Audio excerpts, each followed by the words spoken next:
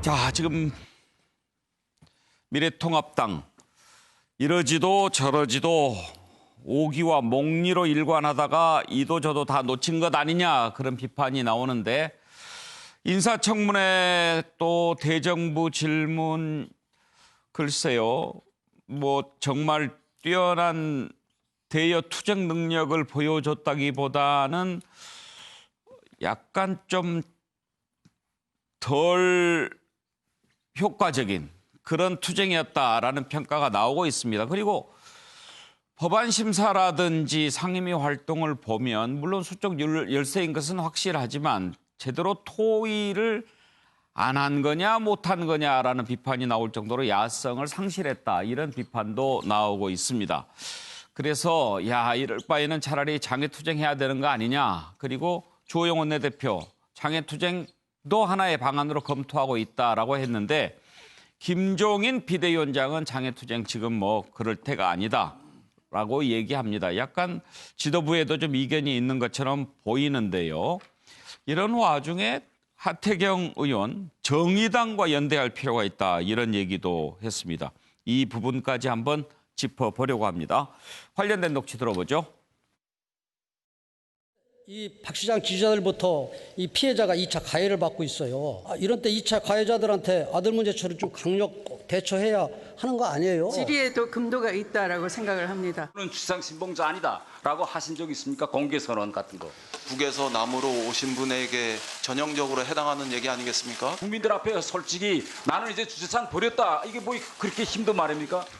저희들은 이런 불공정한 회의에 참여할 수 없습니다. 먼저 찬성하신 위원님 일어나 주시겠습니까? 잠깐만요. 허리라도 제대로 갖추고 독재를 해라. 의사일정 추가 동의는 가결되었음을 선포합니다. 아니 궁금하시다면 듣고 가셔야죠. 해고 들을 일이 뭐가 있어요 그렇게. 민주당 다 해놓으세요. 안건을 가결되었음을 선포합니다. 뭐라도 다 하세요. 이게 독재입니다. 소수당이 반대 표결을 하는 게 들러리입니까? 뻔히 보이는데 들러리죠. 소위원회 심사 찬반 토론 한 번 없었습니다. 여당은 이런 절차를 깡그리 무시했습니다.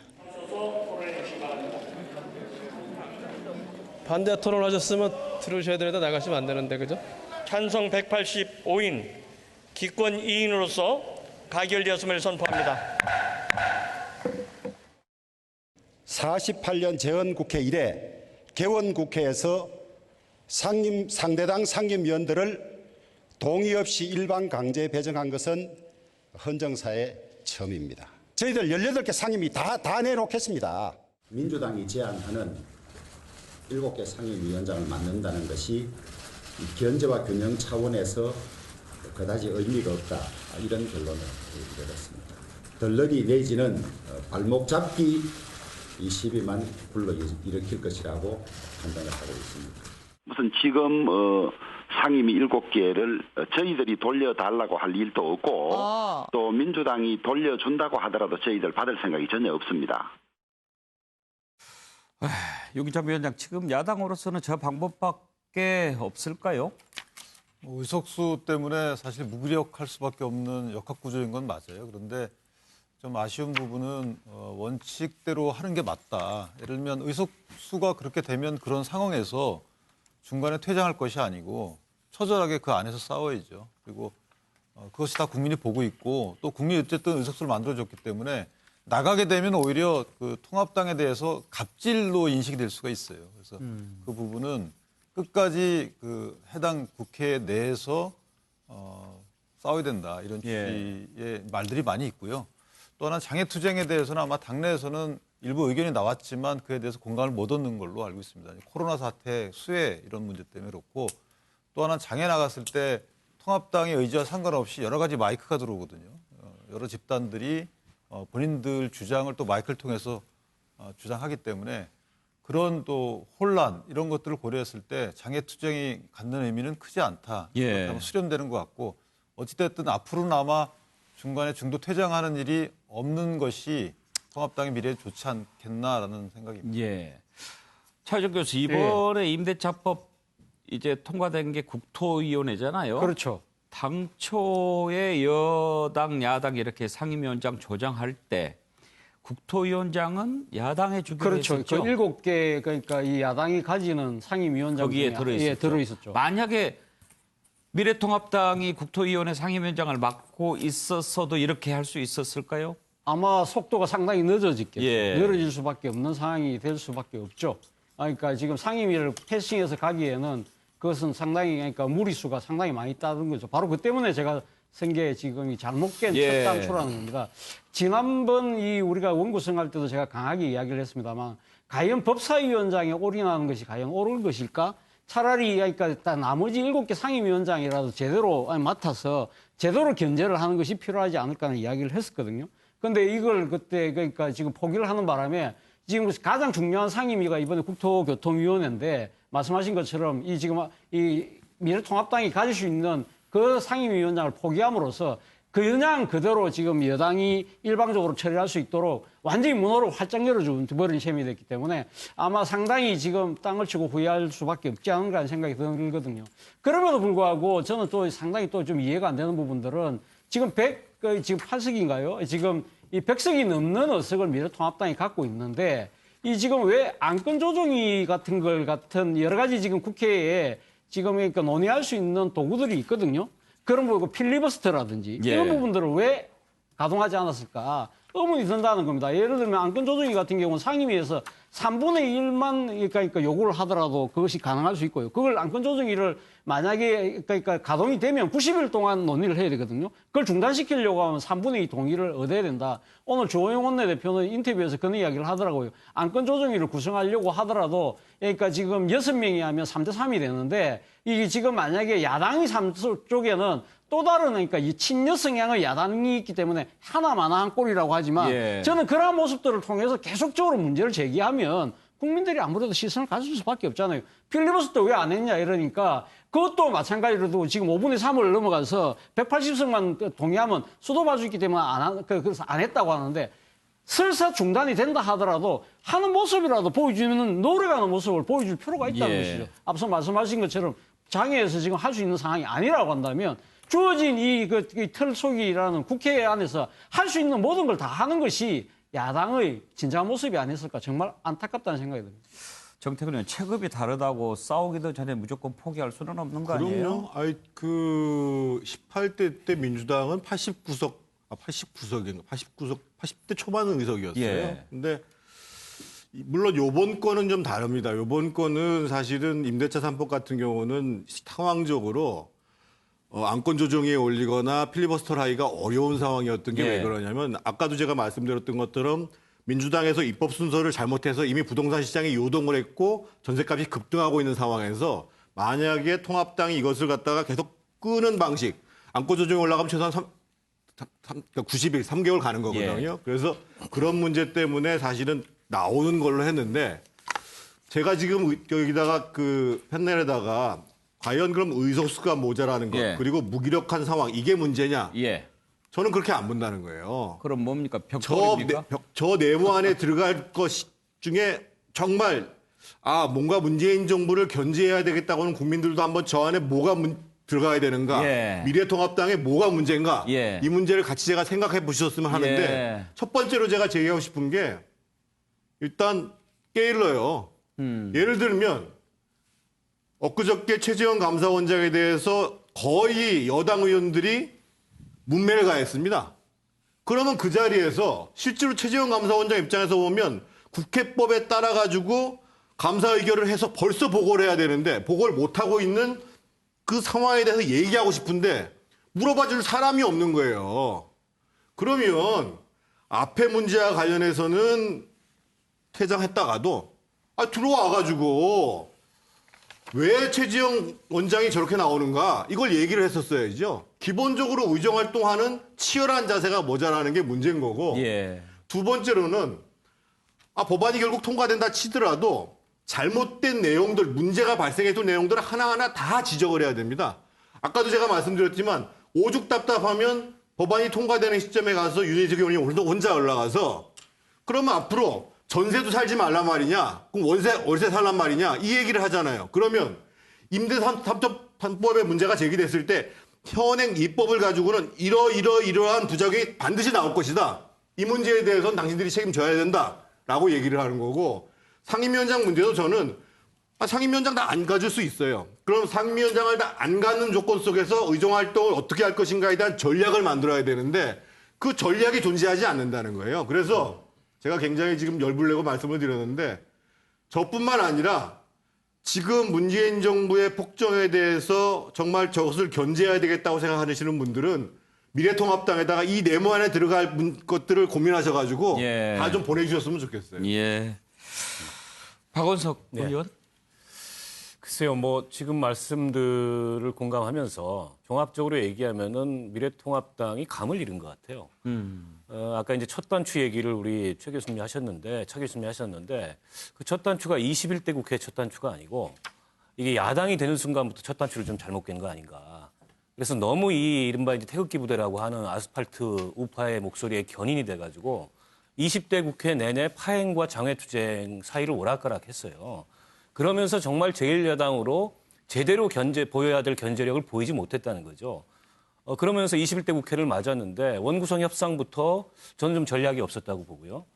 그리고 현저하게 이렇게 의석 차이가 나는 상황에서 어떻게 여당을 견제할 것인가에 대한 전략도 지금 전무한 상황에서 퇴장만을 계속 반복하고 있는데 그 모습도 이제 몇 차례 더 되면은 식상합니다. 국민들이 민주당의 일방 독주에 대해서도 비판적인 견제의식을 갖고 있지만은 야당이 야당답게 제노릇을 했을 때 그런 이제 국민의 견제의식을 이제 이 미래통합당이 모을 수 있는 건데 지금 무한 퇴장 반복만 하고 있는 이런 모습에서 과연 이제 국민들이 여당의 독주에 비판적인 문제의식이 있더라도 그게 어쨌든 미래통합당의 원내 대응의 동력으로 살아날 수 있을지 굉장히 의문스러운 상황이에요.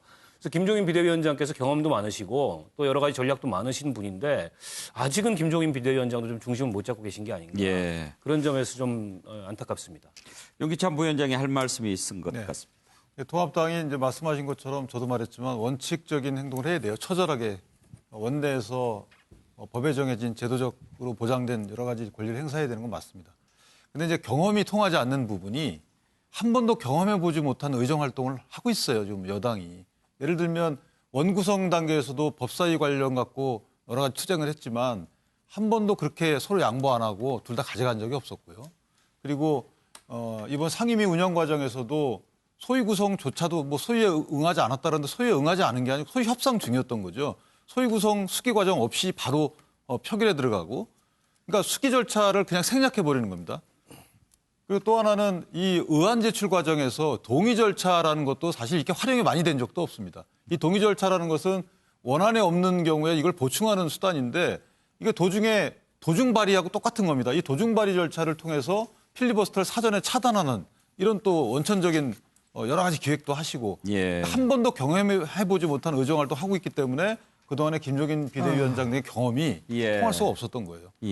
아무튼 뭐 지금 네 분 말씀 들어봤는데 치열함도 없고 전략도 없고 감도 잃고 실력도 없고 이런 것 금방 복구될 수 있는 것들이 아니라서 말이죠.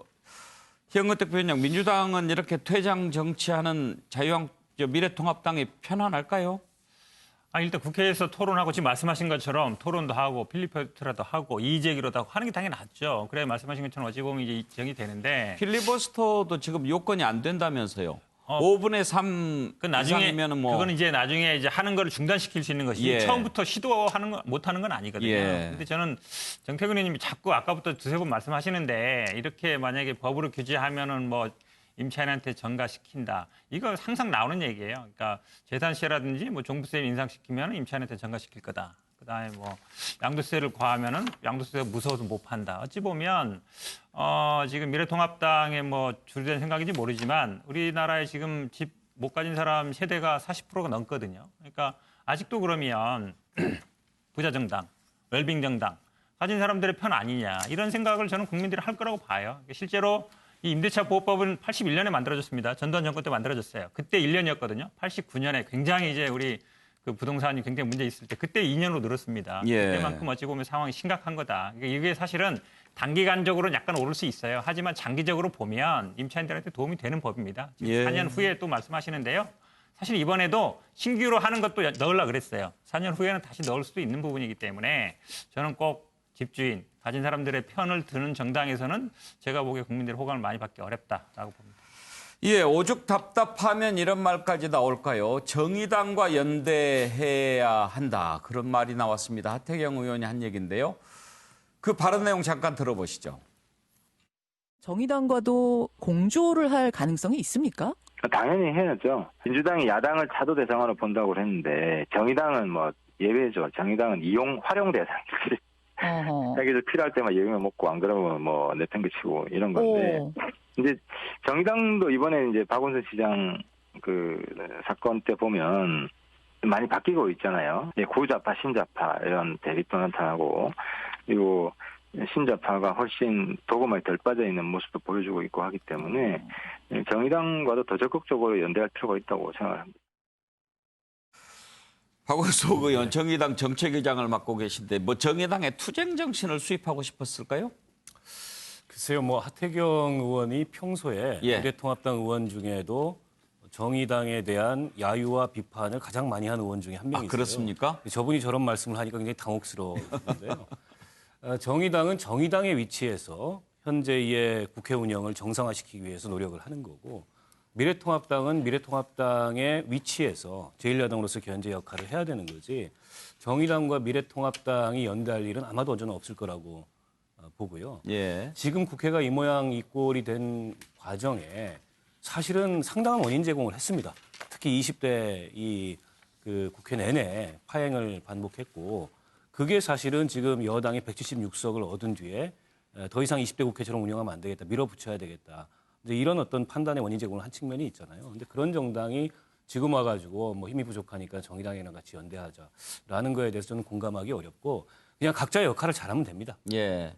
그러면 하태경 의원이 저 얘기를 꺼낸 이유는 혹시 어디에 있다고 보십니까? 지금 최근 들어서 이제 총선 이후에 정의당이 4+1 연대하던 것과는 달리 거대 여당이 된 민주당에 대한 견제의 목소리를 내고 있지 않습니까? 그 국면에서 뭐 미래통합당과 연대할 여지가 있는 거 아니냐 이렇게 판단을 하시는 것 같은데 박원순 시장 사건만 하더라도요. 성인지 감수성이 제가 보기엔 거의 없는 그런 미래통합당이 박원순 시장에 대해서 비판적인 견해를 내는 것과 성인지 감수성이 기초에서 정의당의 초선 의원들이나 이런 분들이 목소리를 내는 건 전혀 다른, 질적으로 다른 건데 그걸 동일선상에 놓고 비슷한 목소리를 낸다고 얘기하는 것 자체가 하태경 의원의 굉장한 착각인 것 같아요. 근데 한 가지 꼭 연대해야 될 일이 있어요. 뭘 연대해야 되냐면 선거법 문제를 연대를 해야 됩니다. 지금의 소선거구제가 사실은 1988년도에 진보정당 쪽에서 가장 강력하게 주장을 해서 여태까지 소선거구제가 오고 있는 거거든요. 근데 지난번에 정당연보 비례대표제가 이렇게 좌초가 됐어요. 그러면 다음에 적어도 선거법 개정을 할 때 저는 야당인 미래통합당과 정의당이 상당히 깊이 있게 얘기를 해서 뭐 우리가 바라는 방식의 연동형 비례대표제가 안 된다고 한다면 뭐 중대선거구제를 가든지 지금의 소선거구제를 극복하는 과정에 있어서는 저는 꼭 연대를 했으면 좋겠다고 그래서 제가 굳이 말씀을 드립니다. 그럼 뭐 정책적으로 서로 뭐 같은 부분이 있으면 검토할 수 있는 거죠. 아니 그건 뭐 검토할 수 있는데요. 지금의 소선거구제를 강력하게 유지 존속하기를 원했던 게 미래통합당이거든요. 그 미래통합당의 생각이 바뀌면 그때 가서 얘기해 보죠. 바뀔 거예요 아마. 자, 최경철 의원. 네, 뭐 정의당과 접점이 있다면 접점을 찾아야 되겠죠. 근데 지금 통합당 입장에서는 당장 접점을 찾기는 쉽지 않을 겁니다. 지금 통합당의 가장 큰 문제는 민주당이 다음에 무엇을 할 것인지를 잘 모른다는 겁니다. 민주당은 세게 나오는데 통합당은 까짓 거 한 방에 갈 거야. 이런 생각에 자꾸 매몰돼 있다는 겁니다. 민주당이 제가 항상 얘기하는 것처럼 민주당은 굉장히 과학적 정당입니다. 여론조사 엄청나게 열심히 합니다. 그래서 그 결과물을 갖고 정책을 자꾸 만듭니다. 그렇기 때문에 국민들한테 빨려 들어가는 이슈를 만든다는 거죠. 근데 통합당은 거기에서 한 발 늦어요. 그리고 통합당의 대응은 지도부 중심으로 일사불란함이 좀 필요합니다. 요즘 어저께도 그렇고 그저께도 그렇고 이틀 연속 긴급 의원총회 했습니다. 그런 식으로 의원총회에서 다수의 의견을 모두가 물어버리면 무슨 말을 하겠습니까? 그렇게 보면 의견만 난무하고 결론은 없는 회의만 난무한다는 겁니다. 그렇기 때문에 통합당이 지금 민주당에 자꾸 밀리는 것인데 지도부가 확실한 지도 방침을 내고 그리고 상대인 민주당이 앞으로 어떻게 움직일 것이라는 정보 판단을 확실히 해야 됩니다. 그 부분에서 지금 전투력을 상실하고 있다. 이 부분에서만 좀 고치면 통합당도 뭐 굉장히 전투력이 있는 정당이기 때문에 앞으로 개선될 여지가 있다고 생각합니다. 거대 여당을 감당할 수 있겠습니까? 이렇게 쓰셨는데 오늘 한 신문의 사진을 보니까 윤기찬 부위원장 이걸 백드롭이라고 하는 거예요? 그 당 회의할 때 뒤에 이렇게 붙이는 거. 그거 지금 미래통합당의 백드롭이 뭐를 감당할 수 있겠습니까? 이렇게 돼 있나요? 그러니까 지금 여당이 날마다 바뀌는 것 같아가지고 네, 잘 저도 잘 기억을 모르겠는데. 못하겠어요. 그런데 그 감당할 수 있겠습니까가 분명히 여당을 비판하는 그런 내용일 텐데 사진을 위에는 자르고 감당할 수 있겠습니까? 이렇게만 해가지고 내놓은 걸 봤어요. 참 기가 막히게 편집을 했다 싶었는데 그 부분을 지적을 하셨습니다. 지금 이럴 때 이제 김종인 비대위원장의 리더십 문제를 한번 생각해 보지 않을 수가 없습니다. 자, 출범한 지가 이제 꽤 됐는데 글쎄요. 김종인 비대위원장 어떤 생각을 갖고 있을까요? 혹시 일부에서는 이분이 좀 뭔가 좀 흥미를 잃은 게 아닌가 이런 얘기까지 나오는데 한번 관련된 영상과 녹취를 먼저 보시죠. 거대 여당 일반 독주 국민들은 분노한다. 분노한다. 분노한다. 분노한다. 저는 이렇게 선출된 권력이 권위와 독재적인 방향으로 가면은 종말은 뻔하다고 그렇게 생각합니다. 이건 우리 전 세계의 역사가 입증한 바가 있습니다. 장애투쟁이 나올 수도 있겠다 하는 얘기들이 공식적으로 결정한 바는 없어요. 방법이라는 게 지금 우리나라의 국민들 수준도 옛날하고 완전히 달라졌기 때문에 국회의원들이 밖으로 튀어나가서 무슨 장애투쟁을 한다고 그 자체가 이렇게 능사가 아니에요. 저도 밖에서 듣습니다. 왜 통합당이 이렇게 답답하냐? 왜 야당으로서의 역할을 제대로 하지 못하느냐? 이런 얘기를 들을 때 저는 이렇게 얘기를 합니다. 지금 우리가 길에 나가서 외친다고 그래서 일이 해결되는 일이 아닙니다. 일이 어느 정도 성숙된 상황을 갖다가 기다릴 수밖에 없기 때문에 인내를 갖고 참고 노력을 하고 있으니까 이거를 좀 기다려 주십시오 이렇게 말씀하십니다. 차정 교수, 지금 사실 장애투쟁하기도 쉽지 않아요. 맞습니다. 폭우로 전국이 비상상태고 그렇죠. 휴가철, 여름 더위도 겹쳐 있고 코로나19 사회적 거리두기 해야 되고 옛날에 이성계가 요동정벌할 때 뭐 사불가론인가 뭐 그렇죠. 있었죠. 그때 뭐 그러니까 여름철이라서 그러니까 지금 하루에 장마하고. 악효가 뭐 이렇게 떨어지고 하기 때문에 제대로 된 전투력을 발휘할 수 없다 뭐 그런 이유도 있었죠. 그런데도 무리하게 하라고 그랬다가 왕조가 뒤집어진 거 아니에요? 아, 그렇죠. 예. 자, 근데 제가 생각했을 때는 지금 우리가 지금 화면에 놓습니다만 김종인 비대위원장의 별명이 짜르지 않습니까? 이 짜르라는 별명이 붙은 게 2016년도 당시 민주당의 비상대책위원장을 맡아서 아주 캐도남마처럼 당의 그러니까 이 공천 작업을 진두지휘하고 당의 체질을 바꾸는 모습에서 많은 사람들이 환호하면서 그때 붙여줬던 것이 짜르인데 지금 그러니까 미래통합당의 비대위원장 와서 짜르라는 명패가 좀 부끄러울 정도로 저는 이 진짜 도대체 이 김종인 비대위원장이 무슨 일을 하고 계신가 싶을 정도로 저는 거의 존재감이 지금 사라지고 있는 것이 아닐까 하는 생각이 듭니다.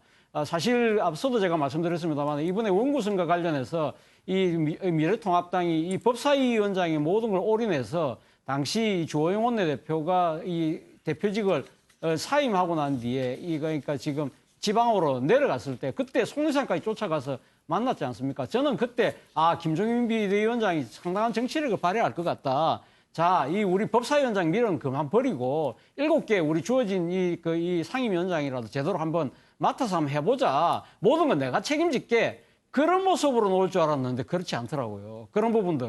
그리고 지금 사실 지금 이 여당이 이렇게 이 의석수에 의해서 이렇게 밀어붙이는 과정에서 비대위원장이 아마 지금 그러니까 제 원내 이 일이라고 해서 지금 원내대표한테 모든 걸 맡겨놓고 본인이 사실 지금 그러니까 여당에 대해서 제대로 된 목소리를 내지 못하고 있다. 제가 생각했을 때는 아마 지금 그러니까 이 김종인 위원장 정도 되면 문재인 대통령에게 여야 대표회담 합시다. 이런 상황에 대해서 우리 한번 만나서 이야기 한번 해봅시다. 협치하자면서요.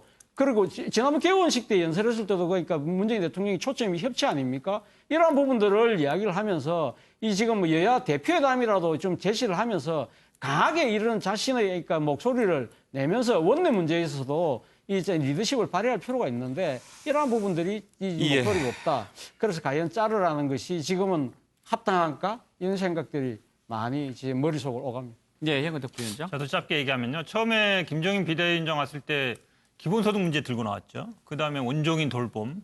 그다음에 저는 굉장히 기후 있게 본 게 저출산이 앞으로 가면 대한민국 망한다. 그다음에는 더 중요한 게요. 이 불평등 문제를 해소해야 된다. 이랬어요. 그러면 야당이 사실은 국민들이 호감할 수 이런 내용들은 다 사실은 제안했을 때 민주당이 아니면 여당이 안 받을 수 없는 얘기들이거든요. 그럼 야당의 가장 강력한 무기는 입법이에요. 제가 보기에 반대가 아니라. 그러면 저는 뭐 대선 후보 누구 이거보다 이렇게 어찌 보면 중요한 문제, 민생의 문제 이런 문제에 대해서 대안을 제시하고 입법을 내시라. 그러면 제가 보기에 국민들이 예를 들어서 아니 뭐 60, 70%가 많이 찬성한다. 여당이 안 받을 수 있겠습니까? 저는 아마 야당의 활동이 가장 중요하다고 봅니다. 그러니까 대안 제시를 하는 게 중요한데 지금 어찌 보면 반대만 하고 있지 처음에 나왔던 내가 얘기했던 그 네 가지 안들에 대해서 대안 제시하고 법안 내시고 그걸 설득하고 그런 과정들을 나는 거쳐야 된다고 봅니다. 현근택 부위원장 말씀은 참 점잖게 하시는데 어떻게 들으면 불난 집에 부채질하는 얘기일 수도 있어요. 근데 그래도 결국은 야당이 뭐 지금 국민들이 결국 지지를 받을 수 있는 대안을 제시하는 게 그나마 제가 보기에 좀 야당의 어쨌든 그 입장을 가져가는 지지를 받는 방법이라고. 윤기찬 부위원장. 뭐 대안 그 법안을 내도 그거 없애버리고 바로 다른 거 핀셋해가지고 골라서 지금 처리하잖아요. 그러니까 물론 이제 대안을 내서 그게 통과되면 좋지만 그런 노력도 할 것으로 보이고요. 다만 제가 아쉬운 거는 지금 여권 입장에서는 대선 주자들이 나와서 대선 담론을 서로 간에 경쟁하듯이 지금 끌어가고 있는데 야권엔 그런 현상이 없기 때문에 김종인 비대위원장이 그 역할을 일단은 대신 해줘야 된다. 이 점이 좀 안 보여서 좀 많이 아쉽고 현재 당면 개정 작업을 하고 있고 뭐 당사도 옮기고 있고 일단 여러 가지 노력을 하고 있어요. 조만간에 아마 좀 결과가 나오지 않을까 싶은데 그러면서 좀 달라진 모습을. 근데 어쨌든 담론을 계속 끌고 갈 필요는 있는데 언제부턴가 김종인 비대위원장의 담론이 안 보여서 그 부분은 조금 아쉽습니다. 조금 뭐 짧게 보태면은요. 김종인 위원장 개인의 리더십 문제 이전에 과거에 이제 한나라당 시절에 97년부터 2007년까지 야당을 했거든요. 그때만 해도 대표를 보좌하는 기능도 굉장히 강했고 여의도 연구원의 의제를 설정하는 능력이라든지 조사 능력도 셌고 더 중요한 것은 그때만 해도 의원 그룹들이 존재를 했습니다. 그래서 뭐 초선 의원, 재선 의원, 무슨 뭐 혁신 의원 그룹들이 존재를 했고 이게 이제 언제 망가지기 시작했냐면 새누리당으로 넘어가면서 소위 대표에 대한 기능도 당의 전략 기능도 의원 그룹도 없어져 가지고 지금은 김종인 위원장 물론 그 리더십에 상당히 기대를 겁니다만 당 자체가 전략적인 측면이나 의원들의 그 자생적인 역량 발휘나 뭐 논의의 수준을 높여가는 문제나 이 문제를 전반적으로 뜯어고치지 않는 이상은 쉽게 변화할 수 없습니다.